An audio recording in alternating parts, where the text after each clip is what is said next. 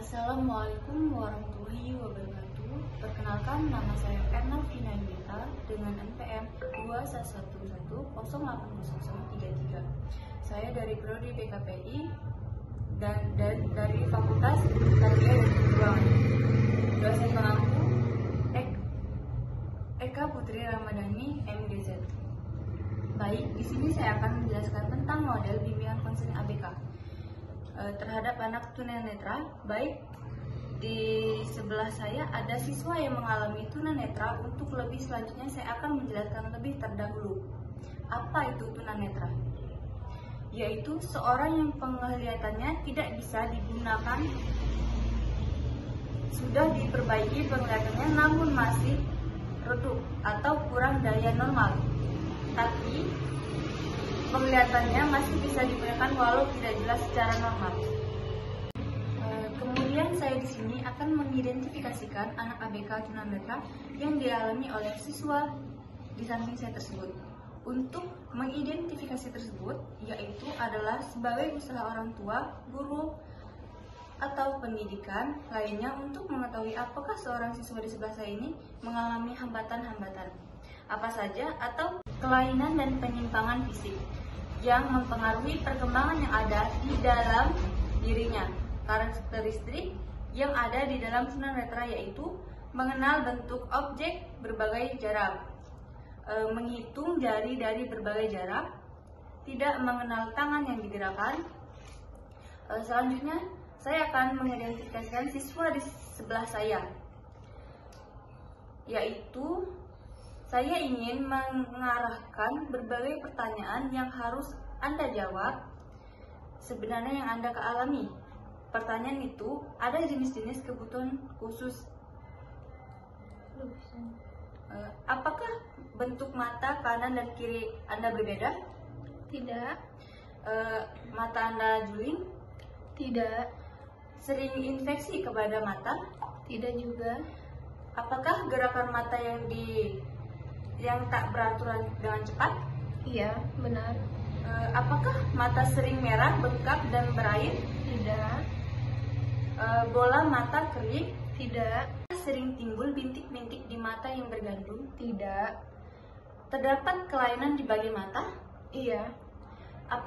Selanjutnya, kerusakan nyata pada mata? Tidak. Secara nyata tidak terlihat? Iya. Baik. Mengenal dan mengamati jarak dekat? Iya. Apa penglihatan masih rabun? Tidak. Tapi sedikit iya. Baiklah. Sering mengarahkan kepala saat melihat? Tidak. Dan sering menabrak saat jalan? Tidak juga. Apakah seorang tidak konsentrasi pada saat berjalan? Iya. Baik. Hasil pemeriksaan dari penglihatan sangat kurang? Iya. Sering menunjukkan respon terhadap orang? Iya. Sering salah saat mengambil barang? Iya, benar. Apa tidak ada konsri mata dan tangan? Tidak.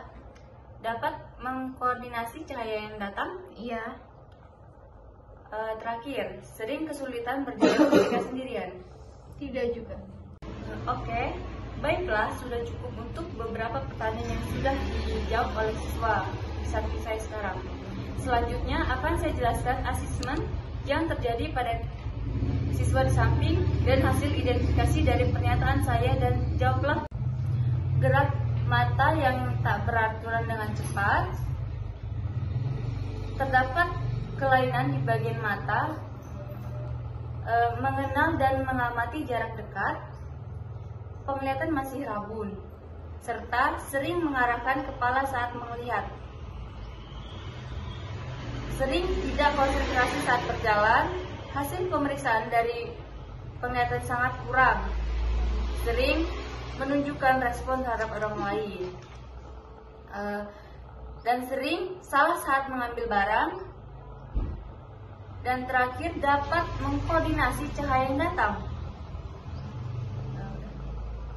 Untuk itu sendiri, apakah Anda kemampuan Kelebihan. Untuk itu sendiri, apakah Anda mempunyai kemampuan atau kelebihan yang dimiliki oleh Anda sendiri? Oke, baiklah. Di sini saya mempunyai kemampuan yang saya miliki, yaitu saya masih bisa mandiri, dapat mengerjakan sesuatu dengan sendirinya. Untuk kemampuan akademik saya yaitu saya bisa menulis karya ilmiah. Wah, banyak sekali ya kemampuan yang kamu miliki dengan keterbatasan kamu sekarang. Oke, baiklah. Dari asesmen dari yang saya jelaskan dan kemampuan yang sudah kamu jelaskan juga.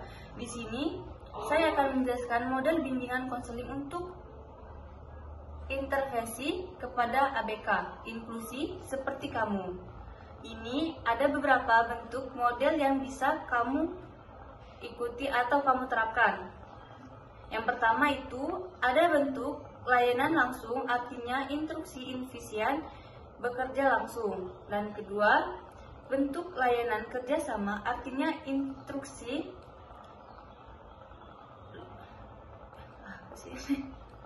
Lufisien bersama guru. Melayani anak Lufisien, bisanya layanan ini berlangsung. Baiklah, asesmen yang saya dapat dari siswa di samping saya yaitu dia bisa menggerakkan. Selanjutnya akan saya jelaskan asesmen yang terjadi pada siswa di samping saya dan hasil identifikasi dari pernyataan saya dan jawaban Anda tadi. Asesmen yaitu yang satu dia. Asesmen dapat diartikan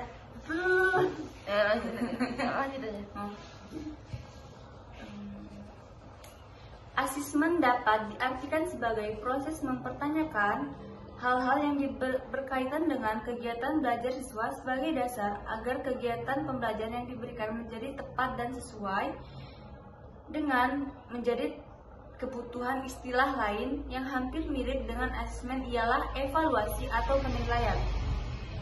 Tetapi istilah asesmen lebih banyak menekankan pada penilaian sebelum mengajar, sedangkan evaluasi mencangkup kedua-duanya.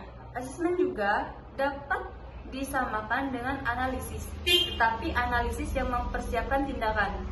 Seperti halnya evaluasi, asesmen juga seringkali perlu diulang. Asesmen juga bisa sama dengan asesmen yang sudah dilakukan dan bisa juga berbeda. Dalam banyak hal, asesmen juga bergantung pada intervensi. Hubungan antara keduanya demikian erat, sehingga kadang-kadang sukar membicarakan asesmen tanpa menggambarkan terlebih dahulu intervensi yang akan digunakan, tes atau prosedur pengukuran yang baku mau bentuk konsultan, artinya ini guru intervention membimbing guru reguler cara layanan pada anak yang harus dilayani. Selanjutnya itu ada implementasi bimbingan konseling pada anak tunanetra Lufisien seperti kamu. Nah, ada beberapa strategi layanan Lufisien yang dapat kamu terapkan dan lakukan. Yang pertama yaitu ada fungsional, yaitu menjelaskan fungsi penglihatan seperti kerjasama, mengurangi silau. Kemudian ada tujuan dari ini dapat membentuk seperti membaca, menulis. Oke, baiklah, cukup sudah saya jelaskan. Jika masih kurang paham tentang bagaimana Inklusi, tolong. Gua ulang. Oke, baiklah, cukup sudah saya jelaskan. Apabila masih kurang paham tentang bagaimana inklusi dan selanjutnya masih bisa ditanyakan kepada saya. Dan saya akhiri, wassalamualaikum warahmatullahi wabarakatuh.